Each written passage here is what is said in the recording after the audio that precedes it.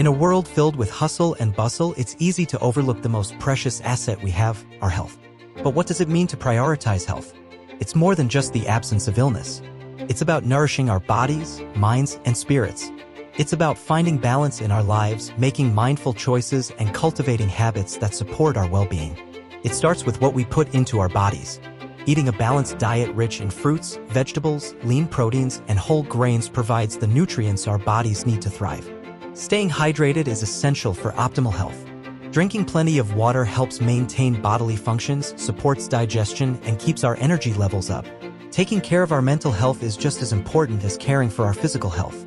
Practices like meditation, mindfulness, and self-care can help reduce stress and improve overall well-being. And let's not forget the importance of sleep. Quality rest is essential for our bodies to repair, recharge, and function at their best. So let's make a commitment to prioritize our health every day. Because when we feel our best, we can live our best lives.